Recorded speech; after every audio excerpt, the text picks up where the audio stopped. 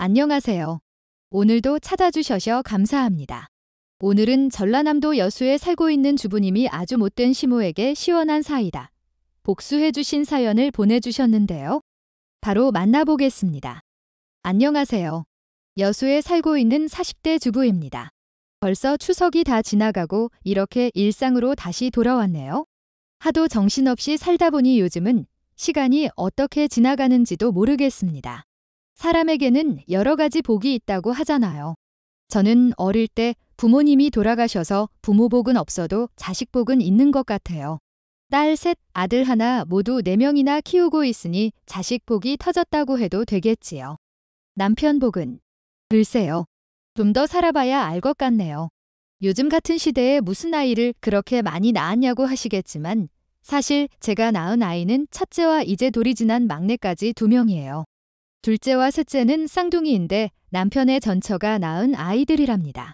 비록 제가 배 아파서 낳지는 않았지만 가슴 아프고 머리 아프게 키우고 있는 금쪽 같은 제 자식들이에요.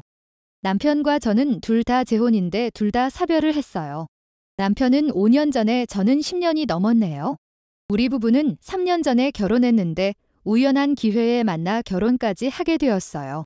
저희 가족은 대가족답게 시끌시끌 북적이며 살고 있는데요. 요즘은 걱정할 것 없이 참 잘 지내고 있지만 재혼가정답게 이렇게 안정을 찾기까지는 참 쉽지 않았어요. 떠올리고 싶지는 않지만 전 남편 이야기부터 해야 할 것 같네요. 전 여수에서 태어나 외할머니 손에서 자랐어요. 아빠는 제가 초등학교 다닐 때 심장수술 후 합병증으로 돌아가셨고 엄마는 아빠 돌아가시고 바로 야반도주를 하셨다고 했어요. 제가 아주 어릴 때 엄마에 대해 할머니도 아무 말씀을 안 해주셨지만 제가 성인이 되어 엄마를 찾고 싶다고 하니까 같은 동네의 아빠 친구와 눈이 맞아 도망을 가셨다고 말해주시더군요. 그 뒤로 엄마를 찾지는 않았어요. 할머니가 많은 사랑을 주셨지만 부모의 사랑을 느껴보지 못하고 자랐기에 항상 애정에 목말라 있었던 것 같습니다. 고등학교를 졸업하고 수원으로 취업을 나가게 되었는데 그곳에서 만난 전남편과 짧게 연애를 하고 결혼식을 올렸죠. 전남편도 부모 없이 외로운 사람이라 서로 함께 의지도 하고 친구처럼 연인처럼 잘 지냈죠. 첫째를 낳고 저는 직장을 그만두었는데 신혼의 행복은 채 1년도 가지 않더라고요.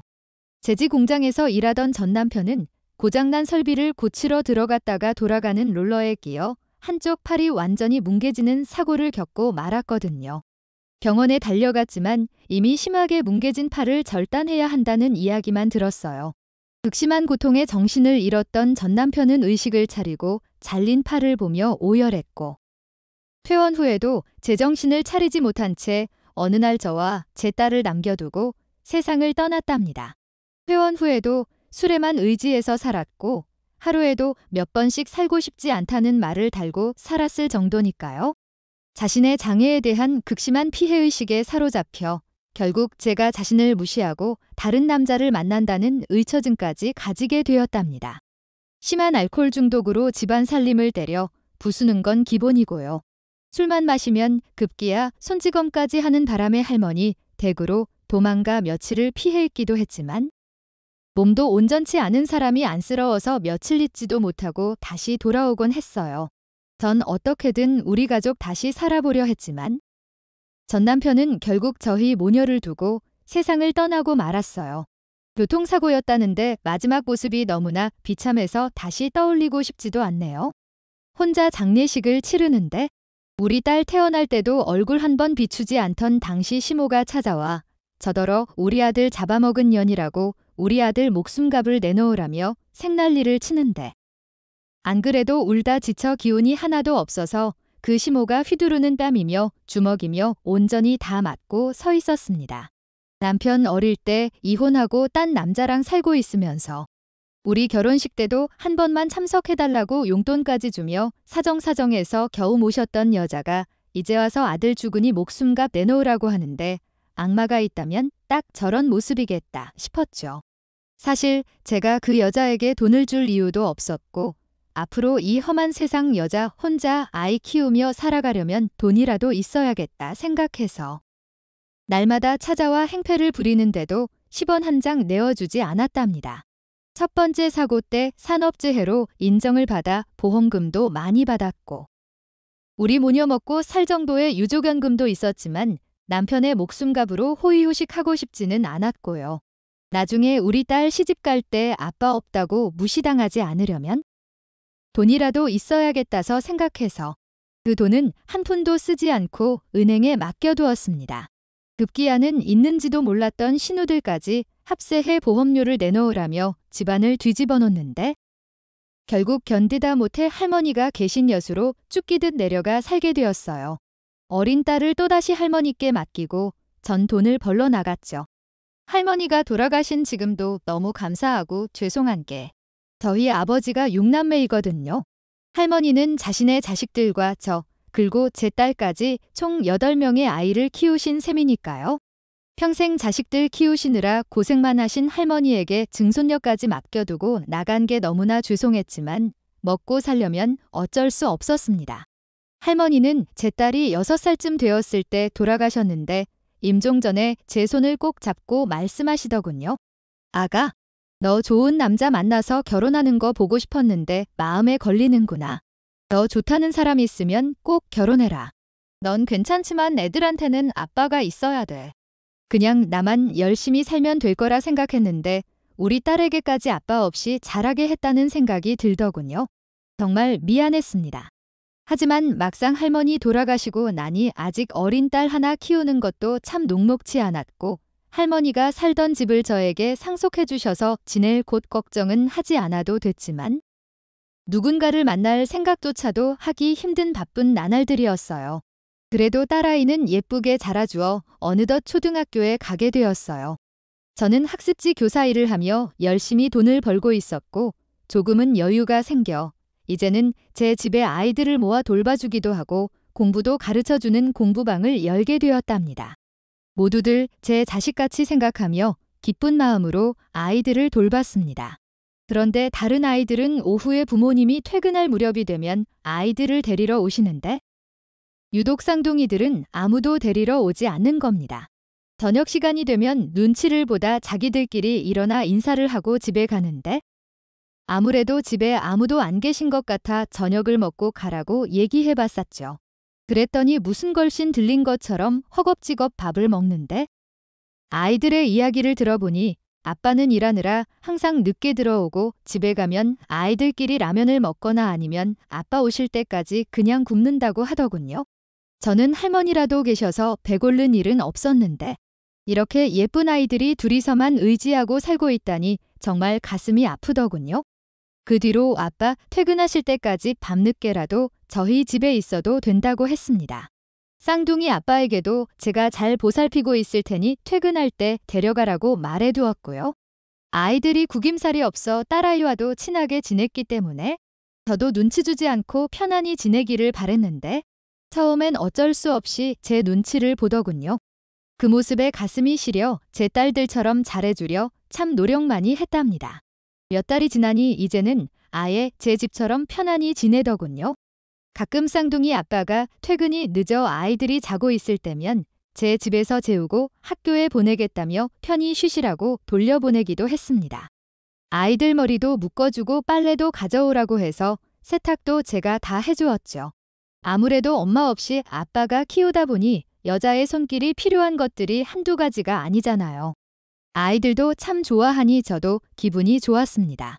쌍둥이 아빠는 화물차를 운전하는 사람이었는데 매일을 서울까지 왕복하다 보니 보통 10시 정도에 아이들을 데리러 왔고 가끔은 12시가 넘어 아이들을 데리러 오는 경우도 있었는데 그때마다 미안하다며 귤이며 빵 같은 걸 사오곤 했어요. 쌍둥이들이 얼마나 아빠를 좋아하는지 아빠 발소리만 나면 강아지들처럼 달려가 안기는데 우리 딸도 저런 아빠가 있으면 좋겠다는 참 생각도 많이 했죠. 항상 피곤한 얼굴이었지만 순박한 얼굴에 예의 바른 모습을 보니 아이들이 그렇게 순하고 예쁜 게 아빠를 꼭 닮은 것 같더라고요. 그렇게 아이들이 초등학교 2학년이 되었을 무렵이었어요. 여느 날처럼 쌍둥이 아빠가 늦는다는 연락에 아이들을 재우고 TV를 보고 있는데 벨이 울리더니 쌍둥이 아빠가 제게 초콜릿 하나를 건네주는 거예요. 저기 선생님, 오늘이 발렌타인데이라네요. 오다가 편의점에서 팔길래 하나 샀습니다. 항상 저희 애들 잘 챙겨주셔서 정말 감사해요. 저기 쌍둥이 아버님, 커피 한 잔 하시겠어요?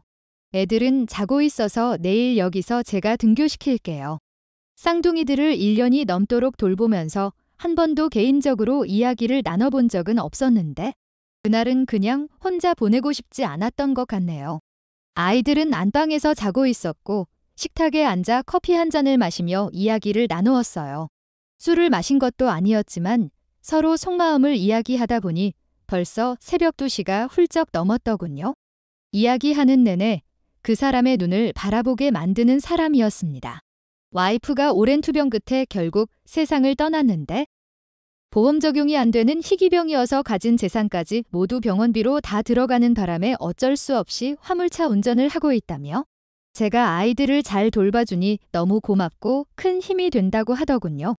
저도 제 이야기를 조금 꺼냈는데 그간 얼마나 고생이 많았으냐고 위로해주는데 진심이 다 느껴져서 저도 모르게 눈물이 나더라고요. 처음 이야기 나누는데 눈물까지 보이니 정말 창피했어요. 하지만 그날 이야기 한 번 나누고 난 뒤 제 머릿속에는 쌍둥이 아빠의 생각이 떠나질 않는 거예요. 그 사람의 눈빛이 계속 떠올랐거든요.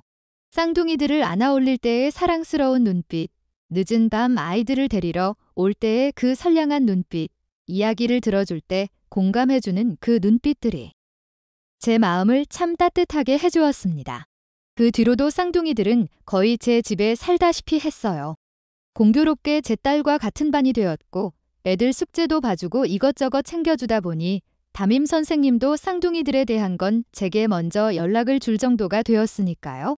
아이들 소풍 갈 땐 쌍둥이들까지 김밥을 싸서 보내기도 하고 발표 수업이나 학부모 참관 수업이 있을 때는 제가 엄마 대신 참석하기도 했어요.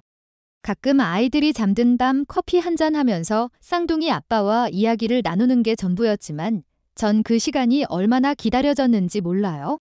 자존심이었는지 아님 그저 그런 편안한 관계가 좋았던 건지는 모르겠지만 제가 딱히 좋아한다는 표현을 먼저 하지는 않았던 것 같습니다.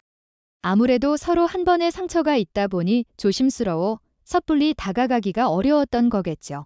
그렇게 서로의 마음은 알지만 소연이 엄마 아님 선생님, 쌍둥이 아빠 하면서 지냈죠. 지금 생각하면 남편이 참 얄밉기도 합니다. 제가 그렇게 좋아하는 티를 팍팍 내는데 1년이 넘게 제 애를 그렇게 태웠으니 말이죠. 아이들이 수련회를 간 날이었어요. 밀린 집안일을 하고 있는데 벨이 울리더니 남편이 서 있더군요. 매번 운송회사 로고가 적힌 잠바에 안전화 차림이던 사람이 그날은 말쑥하게 차려입고 꽃 한 송이를 들고 서서 말이죠. 살짝 놀라기도 했지만 이 인간이 이제 정신을 차렸구나 싶어 웃음이 새어나오는 거 있죠. 한 송이가 뭐예요? 한 송이가. 다음엔 노란 장미로 한 다발 사오세요. 잠깐 기다려요. 옷 입고 나올 테니까. 앞에선 태연한 척했지만 새어나오는 웃음을 어찌할 수가 없더라고요. 허겁지겁 옷을 갈아입고 나갔더니 안절부절 못하고 서성이고 있는데 그 모습도 참 사랑스러웠어요. 그날 처음으로 누구 엄마, 쌍둥이 아빠가 아닌 이성으로 데이트를 즐겼답니다. 맛있는 것도 먹고 케이블카를 타고 바다도 바라보곤 했습니다. 둘 다 바닷가에 살면서도 여유 있게 바다를 바라보는 것도 참 오랜만이더군요. 언제나 그랬듯 남편과의 만남은 제 마음을 따뜻하게 해주었습니다. 저녁까지 먹고 집으로 돌아오는 길에 남편이 먼저 사귀자고 고백을 하더군요. 고백을 해놓고도 안절부절 못하는 모습을 보니 참 귀엽더라고요. 저는 말없이 손을 잡아주었고 저희는 늦은 연인이 되었습니다.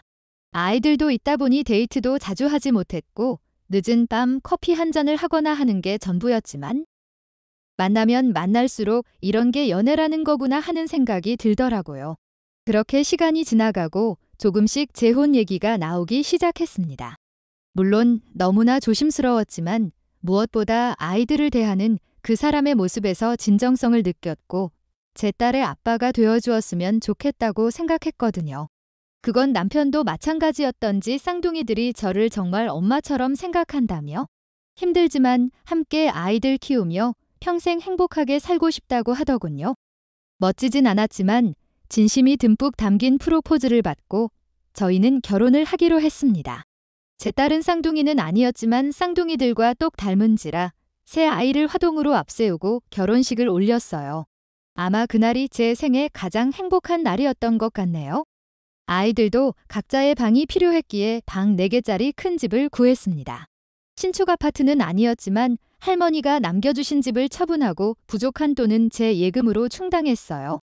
남편은 자신이 경제적 능력이 없는 걸 미안해했지만 이제부터 열심히 모으면 된다고 달래주었습니다. 마치 새쌍둥이처럼 다 똑같은 가구와 물건들로 꾸며주려니 돈이 꽤 많이 들었지만 좀 무리를 해서라도 다 똑같이 꾸며주고 싶었어요. 제 딸들과 우리 가족이 살 집이었으니까요. 앞으로 아이들을 새쌍둥이라고 부르기로 했는데 아이들도 무척 좋아하고 저도 남편도 정말 행복했습니다. 하지만 세상엔 행복하기만 한 결혼 생활은 존재하지 않는 걸까요? 절 잘 따라주는 아이들과 따뜻한 남편만 있으면 충분하다고 생각했는데 난데없이 시모가 짐을 바리바리 싸들고 저희 부부 앞에 나타난 거예요. 시모는 시부가 돌아가신 후 만난 남자분과 몇 년 동안 식은 올리지 않고 함께 지내고 있었는데 그분과 헤어지고 갈 곳이 없으니까 저희를 찾아온 거였습니다. 남편은 제게 미안하다며 혼자 지내실 집을 구해드리자고 했지만 이미 집을 옮기느라 돈도 다 써버린 상태였고 전 남편의 보상금으로 받은 돈들은 딸들 시집갈 때 미천이었기 때문에 남편에게도 이야기하지 않은 상태였거든요. 그래서 그냥 집으로 모시기로 했습니다. 방이 부족해서 어쩔 수 없이 안방을 쌍둥이에게 내어주고 함께 지내게 했는데 처음 가져본 개인 방이 없어지니 몇 날 며칠을 오는데 저도 속상해서 혼났네요. 사실 혼자서 아이들 셋 키우려니 힘에 부치기도 했기 때문에 어머님이 좀 도와주시면 아이들 교육에도 좋을 것 같아 그렇게 했던 게 제 인생 최대의 실수였던 것 같습니다. 막상 받아들이기로 한 거 갈 곳 없는 시모를 모시는 건 큰 문제가 되지 않았지만 남자에 빠져 혼자 된 아들의 쌍둥이 손녀도 잘 보살펴주지 않았던 사람이 들어와 우리 손녀 하며 불쌍하다고 그동안 계모 밑에서 얼마나 서러웠냐고 하는데 정말 부하가 치밀어 미치겠더라고요. 애들도 계모가 뭐냐고 물어보기까지 하는데 정말 속상해서 죽을 것만 같았습니다. 그동안 정말 다 똑같이 대하려 노력했고 정말 한 점 부끄럼 없이 내 새끼다 하고 키워왔는데 갑자기 나타나 한다는 소리가 계모 소리인데 그 누군들 화가 나지 않겠어요. 참다 한마디 했는데 시애미한테도 이렇게 표독스럽게 구는데 지 새끼도 아닌 애들한테는 오죽하겠냐고 하는 거 있죠? 도저히 말이 통하지 않는 겁니다. 아니 저한테 무슨 억하심정이 있는 것도 아니고 혼자 힘들게 애 둘 키우던 호래비 아들 구제해준 거 저한테 절을 해도 모자란 거 아닌가요? 남편은 여전히 화물 일을 하느라 낮에는 항상 아이들과 시모와 함께 지내게 되었는데 시모가 쌍둥이들만 끼고 돈은 탓의 첫째 소연이만 소워받는 일들이 생기곤 했어요. 어쩌다 제가 일을 보러 집을 비울 때면 쌍둥이만 데리고 외식을 하러 나가거나 과자를 사줘도 쌍둥이들 것만 사온다던가 말이죠. 어른들 입장에서는 그런 게 아무것도 아닐지 모르지만 아직 초등학교 저학년인 아이들에게 그렇게 다르게 대해버리면 그동안 저와 남편이 애써왔던 게 완전히 물거품이 되어버리잖아요. 어쩌다 쌍둥이들이 말썽을 부려 제가 혼이라도 낼라 치면 왜 자기 새끼들 혼내느냐며 싸고 도는데 정말 이러다 아이들 교육에까지 지장이 가겠다 싶더라고요. 둘이서 이야기도 해보고 간곡히 부탁도 해보았지만 아무 변화도 없었고 시모의 분탕질은 심해져만 갔습니다. 곧 사춘기도 겪을 딸아이 셋을 케어하는 것도 결코 쉽지 않은 일인데 자꾸 아이들 간에 차별을 두고 행동하시니 정말 미치겠더라고요. 남편과 상의 끝에 내가 예금이 좀 있으니 어머님께 집을 구해드리기로 하고 말씀을 드렸더니 이제 굴어온 도리자기를 쫓아내려고 한다면서 쌍둥이들을 안고 울고불며 난리를 치는데 괜히 제 속만 새까맣게 타들어갔습니다. 말끝마다 하는 말이 내 아들이 하루 종일 운전해서 벌어온 돈으로 너랑 네 새끼까지 먹여 살리느라 뼈밖에 안 남았다고 하는데 이 집도 내 돈으로 한 거라고 쏘아붙이고도 싶었지만 꾹 참았습니다. 어머님 말처럼 밖에서 고생하는 남편한테 집안일까지 신경 쓰게 할 수는 없었으니까요. 시간이 지나면 나아질 거라는 희망을 가지고 하루하루를 버텨가고 있었는데 갑자기 피곤하기도 하고 컨디션이 안 좋아져 병원에 갔더니 산부인과로 가보라고 하더군요. 원체 생리도 불규칙한 데다 저도 남편도 나이가 있어 생각지도 못했는데 아이가 생긴 거였습니다. 예상하지도 못했기에 많이 당황했지만 남편과 제 사이의 생명이기에 너무나 감사했어요. 세상둥이들도 동생이 있으면 좋겠다고 노래를 불렀었는데 정말 오랜만에 찾아온 축복이라고 생각하고 남편이 들어오면 소식을 전해줄 생각으로 집으로 갔죠. 집으로 돌아갔더니 여전히 집은 난장판에 어머님은 누워서 낮잠을 자고 계셨고 아이들은 점심도 굶고 과자로 배를 채우고 있더군요. 잠에서 깬 시모가 와, 넌 CM이랑 애들이 쫄쫄 굶고 있는데 어딜 그렇게 나돌아다니냐. 집에서 하는 일도 없이 우리 아들이 뼈 빠지게 벌어오는 돈으로 놀고 먹으면 집안일이라도 똑바로 해놔야지. 라며 면박을 주는데 아이들 앞이라 차마 큰 소리는 못 내고 묵묵히 집 치우고 밥 차려 아이들 먹이고 낮잠까지 재웠죠. 그래도 시어머니한테 임신 소식은 전해야 할 것 같아서 잠시 드릴 말씀이 있다고 하고 소파에 앉았답니다. 자기 약속 있다고 나가봐야 한다는 시모에게 기쁜 소식을 전했더니 갑자기 얼굴이 완전히 일그러지며 악귀 같은 모습으로 변하더군요. 육두문자를 남발해가며 제 머리채를 잡는데 너무 놀라 피하기만 급급했습니다. 어머님 왜 이러세요? 이거 놓고 말씀하세요. 저 아이 가졌다고요? 이러시면 위험해요. 어머님. 니년이 애새끼까지 달고 들어와서 우리 아들 등골을 빼먹더니 이제 지 새끼까지 또 낳으려고 해. 벌써 애가 셋인데 하나 더 낳으면 어쩌자는 거야. 네가 돈 벌어올 거냐? 뭐. 우리 아들 잠도 못 자고 하루 종일 운전하느라 뼈밖에 안 남았는데 너는 몸을 어떻게 굴렸길래 다 늙어서 애 뱉다고 자랑질이냐. 너 때문에 우리 아들 다 죽게 생겼다 이년아. 우리 아들씨가 맞기는 한 거요? 아이들 깬다며 겨우 진정을 시켜놓았더니 당장 지우라고 소리소리를 지르더군요. 아예 이성을 잃어버린 것 같아 우선 아무 말 하지 않았습니다. 제게 그 난리를 쳐놓고 친구 만난다고 나가버리더군요. 기가 막히고 믿기지가 않았어요. 부모 안 계신 게 얼마나 서럽던지 얼굴도 기억나지 않는 엄마를 부르며 아이들이 깰까 하염없이 눈물만 흘렸네요. 아무리 생각해도 이건 아닌 것 같아 아이들을 학원에 보내놓고 시모가 들어올 때까지 기다렸답니다. 어차피 남편은 자정이 다 되어서야 들어오기에 그 전에 이 일을 마무리해야 할 것 같았으니까요. 낮술에 고스톱까지 치고 얼굴이 벌개져 들어온 시모를 잠깐 앉으시라고 하고 말을 건넸습니다. 어머니, 아까 저한테 왜 그러셨어요? 전 사과를 받아야겠어요. 뭐, 이게 실성을 했나? 시애미한테 무슨 말버릇이야. 부모 없이 자란 거 티내니. 어머니 저 부모 없이 자랐어도 최소한 상식과 경우라는 건 알아요. 어머니 저한테 사과하실 거 아니면 이제 제 집에서 나가주셨으면 좋겠어요. 네 집.